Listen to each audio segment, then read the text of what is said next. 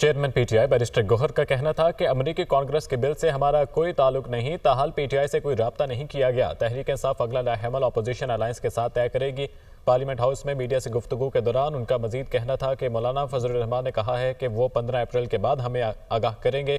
Establishment کے ساتھ رابطوں کا اتنا ہی علم ہے جتنا آپ کو ہے، مگر راستہ نکلنا چاہیے۔